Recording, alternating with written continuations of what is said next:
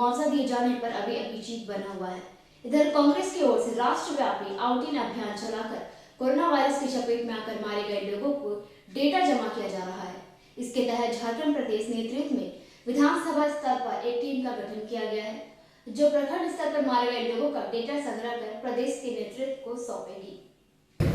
Outreach अभियान की शुरुआत कांग्रेस पार्टी ने आज से की है, जिसके तहत आज उस शुरुआती दिन में मैं यहाँ सरायकेला खरसवां जिला में उपस्थित हुआ हूँ। इस अभियान के तहत कोरोना में प्रभावित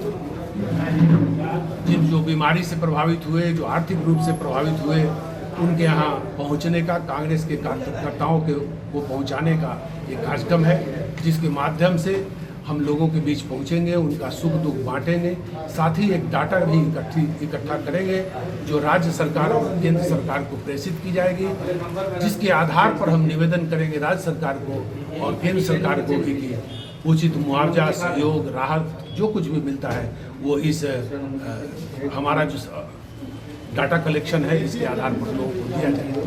अभी हाल में ही सुप्रीम कोर्ट ने भी एक आदेश पारित किया है कि जो कोरोना से जिनकी मौत हुई है, डिसास्टर मैनेजमेंट एक्ट के तहत उनको केंद्र सरकार को राशि देनी चाहिए, और कितनी राशि देनी चाहिए वो केंद्र सरकार तय करेगी।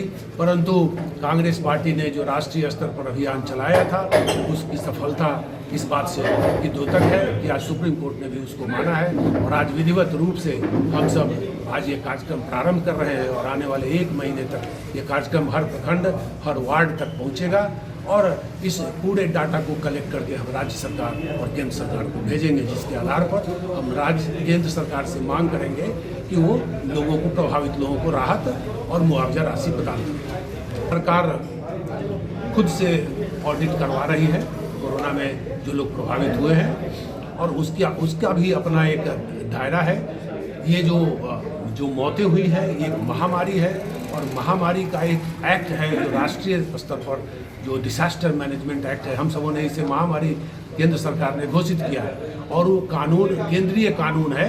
अगर केंद्र सरकार कुछ करेगी, हो सकता है राज्य सरकार करेगी, अभी कुछ तय नहीं हुआ है, राज्य सरकार भी हो सकता है कुछ मुआवजा अपने स्तर से दे, केंद्र सरकार भी दे। इस बीच में राहत के कार्य तो सब राज्य सरकार ही कर रही है, परंतु मरने वाले को मुआवजा अभी तक नहीं मिला है। लेकिन जहाँ तक हो सक रहा है जो राहत का कार्य, चाहे राशन से लेकर लोगों को अन्य सहयोग, आर्थिक सहयोग देने का काम, छोटे लोगों को जो करने का काम है वो राज्य सरकार अपने स्तर से कर रही है। परंतु जहाँ तक मुआवजा देने का प्रश्न है, अभी एक सुप्रीम कोर्ट से क्लियर हुआ है, अब उस पर तय होगा कि क्या केंद्र देगी, क्या राज्य देगी। हम तो निश्चित रूप से राज्य सरकार को भी कहेंगे, केंद्र सरकार को भी कहेंगे कि जो लोग भी प्रभावित हैं उन्हें सहायता, सहयोग, मुआवजा दिया जाए।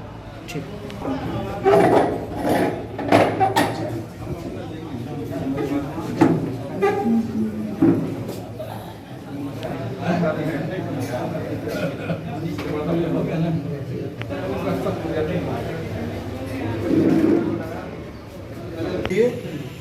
प्रखंड अध्यक्षों के साथ बैठक के लिए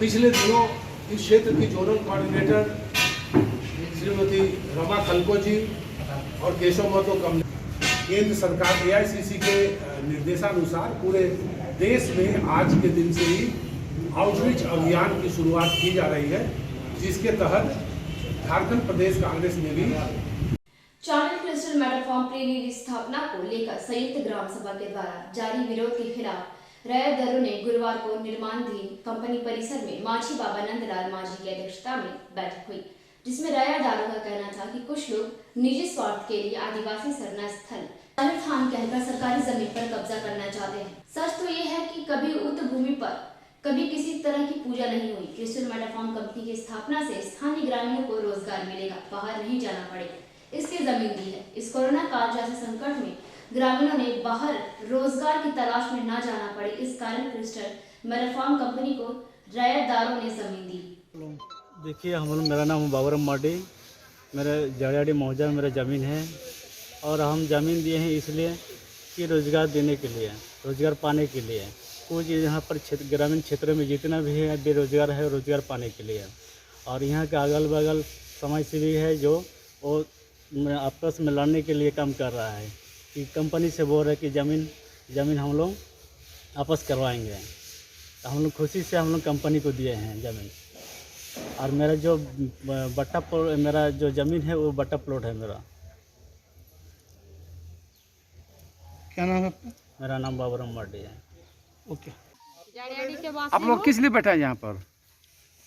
ये जो प्लांट यहाँ पर बन रहा है, इसका विरोधी चल रहा है। क्यों चल रहा है? हम लोग तो सब लोग के लिए, रोजगार के लिए ये सब हम लोग बात किए हैं। तो ये लोग अभी मतलब बीच में ये लोग बोल रहे हैं कि प्लांट बंद करेंगे। बंद नहीं होने देंगे, बंद नहीं होने देंगे। ये सबके लिए है, हम लोग अकेला के लिए नहीं। क्या नाम है क्या नाम है? ललिता मुर्मू। बोलिए। मेरा नाम है रवि सिंह सरदार और यहाँ पर जो ज़मीन हम लोग दिए हैं रोज़गार के लिए, गांव का भी चाहिए रोज़गार होगा, ग्राम का अगल बगल का भी होगा।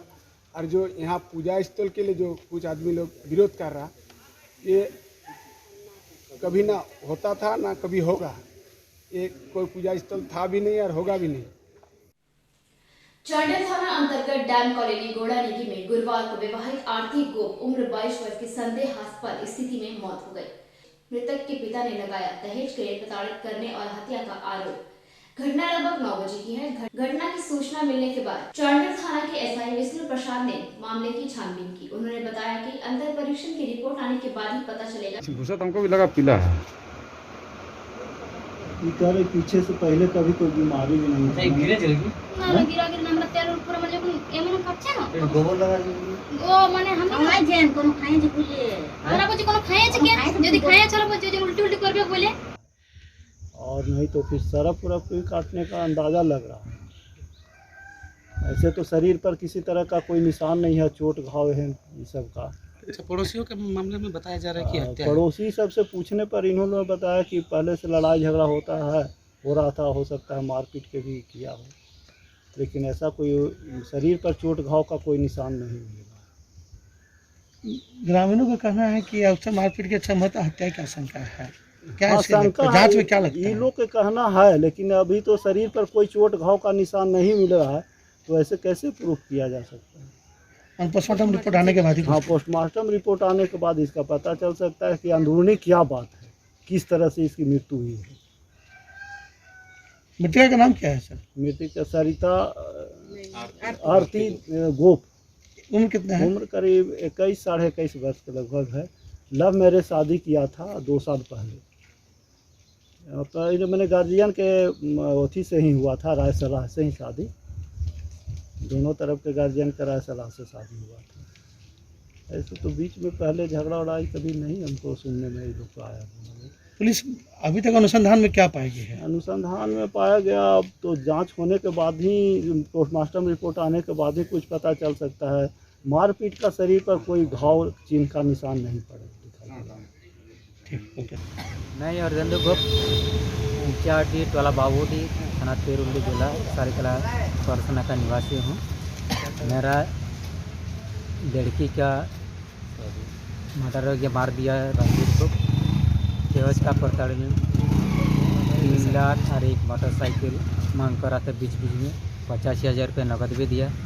उसका केरासिन भी छिटक के मार डाला था 18/1/2021 को। उसका बाद चांडिल थाना में हम लोग को कंप्रोमाइज किया, लोग समझाया थाना वाला लोग, ये नहीं यार नहीं करेगा मारपीट, हम लोग का ठीक ठाक से रखेंगे। फिर उसका बाद फिर झगड़ा शुरू कर दिया। फिर उसका आदर गो पे एक रोज लाइन का करंट है, करंट भी मार दिया था उसको, साथ में हीटर वाला करंट लगाया था। उस समय पापा ने फ़ोन किया था जैसे जैसे हमको हीटर में करंट लगा रहा है। फिर अभी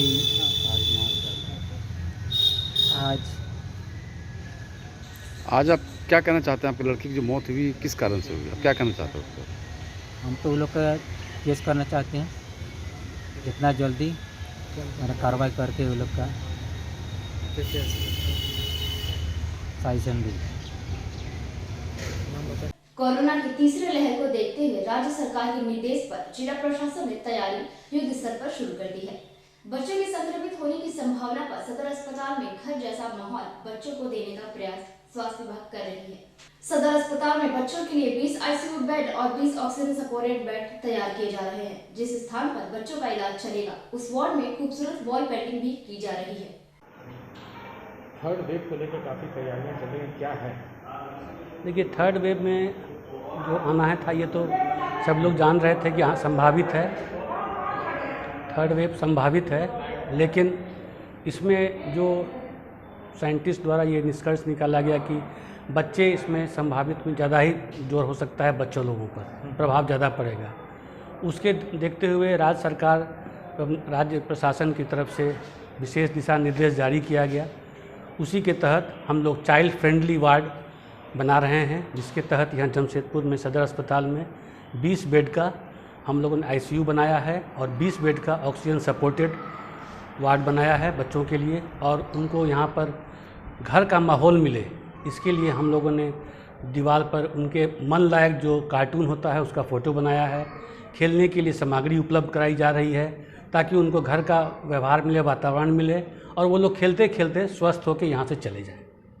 कितने बच्चों का टारगेट है यहाँ पूरे ज़िले में? पूरे ज़िले में हम लोगों का जो हम लोगों ने 20 दिन पहले उपायुक्त महोदय के अध्यक्षता में एक बैठक किया था, जिसमें पीडियाट्रिक एसोसिएशन ऑफ जमशेदपुर के डॉक्टर लोगों ने हिस्सा लिया था। तो उसमें यह निश्चय किया गया था कि 250 बेड का आईसीयू हम लोगों को तैयार करना है पूरे ज़िले में। उसी के तहत हम लोग अपने यहाँ 20 बेड और 50 बेड कांतिलाल गांधी अस्पताल में हम लोग बनाने जा रहे हैं बच्चों का आईसीयू। पहला फेज़ यही है? पहला फेज़ ये है। वहाँ भी हमारा काम चल रहा है कांतिलाल गांधी अस्पताल में, और अनुमंडल अस्पताल घाटशिला में भी 10 बेड का काम चल रहा है। बाकी जो हमारे कॉर्पोरेट अस्पताल हैं वो लोग भी अपने अपने जगह पर अपने अपने स्तर से काम कर रहे हैं हमारे यहाँ। और सब दिन हमारे लिए ये जिम्मेवारी होती है, साल में 365 दिन, कि हम अपने जिम्मेवारी का निर्वहन करें और कोशिश करें कि वो जल्द से जल्द ठीक हों, यहाँ से स्वास्थ्य लाभ लेकर जाए। तो हम चिकित्सकों के लिए ये जिम्मेवारी सब समय सब दिन है। कोरोना के समय ज़्यादा इसलिए है कि आज के समय में जितने खतरे में मरीज़ हैं, जनता है, उतने ही खतरे में हम भी हैं। हम लोगों के भी संक्रमण होने की संभावना उतनी ही ज़्यादा है। इसलिए संकट थोड़ा ज़्यादा बड़ा है, लेकिन फिर भी हम लोग अपनी जिम्मेवारी से मुंह नहीं मोड़ रहे हैं। तीसरी लहर के संभावनाओं के मद्देनज़र एमजीएम में व्यवस्था भी हो रही है। दूसरी लहर में भी हम लोगों ने ये व्यवस्था की कि 105 बेड था, मरीज़ की संख्या के बढ़ोतरी के मद्देनज़र उसको 107 बेड किया गया। वेंटिलेटर की संख्या बढ़ाई गई, हाई फ्लो नेजल ऑक्सीजन जो मशीन है उसकी संख्या बढ़ाई गई, ऑक्सीजन कंसंट्रेटर की संख्या बढ़ाई गई। और अभी हम लोग तीसरी लहर, जिसमें उम्मीद करते हैं कि बच्चे भी बहुत ज़्यादा संक्रमित होंगे, उन लोगों के लिए भी हम लोगों की तैयारी पूरी है। और मेरा पूरा अस्पताल, सारे स्टाफ और सारे चिकित्साकर्मी, चिकित्सक समेत हम सारे लोग तैयार हैं, और जो भी स्थिति होगी उसका मुकाबला किया जाएगा। को सम्मानित करें, क्योंकि हर परिवार के लिए डॉक्टर की ज़रूरत होती है। आज आप देख रहे होंगे कि लोग वॉलेंटियर डे मनाते हैं, मदर डेज मनाते हैं, फादर डेज मनाते हैं, हम लोग भगवान तक की पूजा करते हैं। तो जब हम लोग कहते हैं कि भगवान, डॉक्टर भगवान है, तो आज 1 जुलाई को अगर डॉक्टर डे मनाया गया है तो इस चीज़ को हम सबको याद रखना चाहिए, क्योंकि हर पल हर वक्त हमें डॉक्टरों की ज़रूरत रहती है। आज जितने भी लोग हैं अपने डॉक्टर के पास जाते हैं आज के दिन, या उनको मैसेज करते हैं, दवा के लिए पूछते हैं, तो मैं उन लोगों से यही गुजारिश करूंगा कि वो अपने डॉक्टर से हैप्पी डॉक्टर डे का मैसेज, डेज है उनको पता लगना चाहिए कि हैप्पी डॉक्टर डेज है। जहाँ तक होता है कि डॉक्टर को, उससे डॉक्टर के चेहरे पर खुशी आएगी कि आज मुझे भी कोई विश कर रहा है। जैसे हम लोग मम्मा को बोलते हैं मम्मी मदर डेज के दिन मम्मी बोलते हैं हैप्पी मदर डे, तो माँ को एक अजीब सी खुशी होती है कि मेरे बच्चे ने मुझे कहा। और डॉक्टरों ने जो मेहनत की, सभी डॉक्टरों ने मेहनत की, लेकिन कुछ हॉस्पिटल पैसे को लेके दौड़े, लेकिन एमजीएम पैसे को लेके नहीं दौड़ा।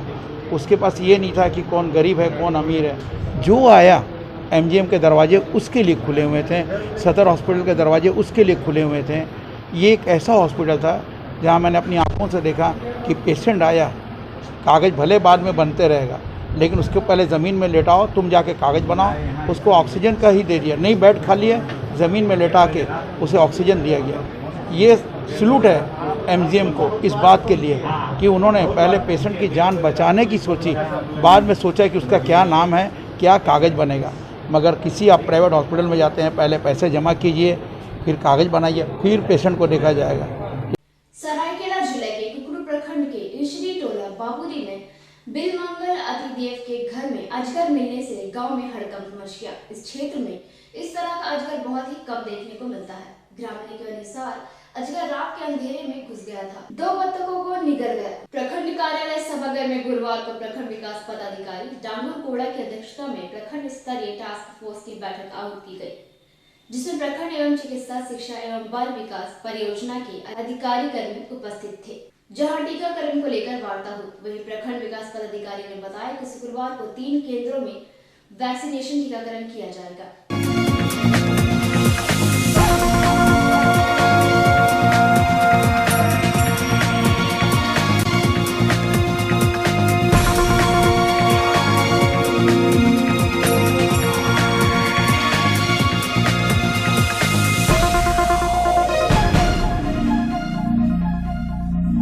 जमशेदपुर में डॉक्टर एसपी फाउंडेशन के डायरेक्टर टीके चैटर्जी ने प्रेस कॉन्फ्रेंस कर डॉक्टर ओपी आनंद को रिहा करने की बात कही।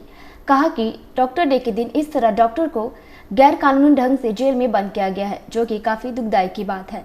डॉक्टर ओपी आनंद को हमने बहुत करीब से जाना है, वो एक अच्छे इंसान हैं। उन्होंने वाकई में बहुत से लोगों की डॉक्टर होने के नाते इलाज भी की और सेवा भी किया है। इसलिए हमारा ये मानना है कि डॉक्टर ओपी आनंद को जल्द से जल्द रिहा कर देना चाहिए। मैं डॉक्टर टीके चटर्जी डॉक्टर एसपी फाउंडेशन का डायरेक्टर हूं और मैं आज अपना जो प्रेस कॉन्फ्रेंस कर रहे हैं वो डॉक्टर ओपी आनंद के जो 111 सेव लाइफ का जो हॉस्पिटल है उनका जो डायरेक्टर है डॉक्टर ओपी आनंद को रिहा के लिए हम लोग इस प्रेस कॉन्फ्रेंस को आयोजित किया है। क्योंकि डॉक्टर्स डे में डॉक्टर्स को इस तरह से माने बिना कानून के गैर कानूनी ढंग से उनको जेल में बंद कर देना बहुत ही हमारे सरकार के लिए, शासन प्रशासन के लिए बहुत ही दुखदायी चीज़ है।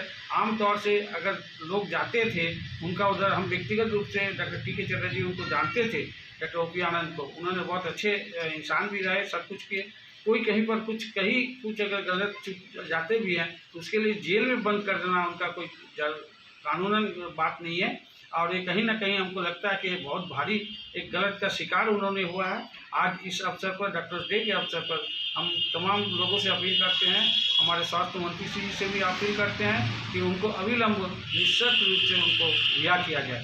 डॉक्टर ओपी आनंद एक अच्छे इंसान है और अच्छे डॉक्टर भी है। मैं AK घोष हूँ, आदितपुर में मैं रहता हूँ।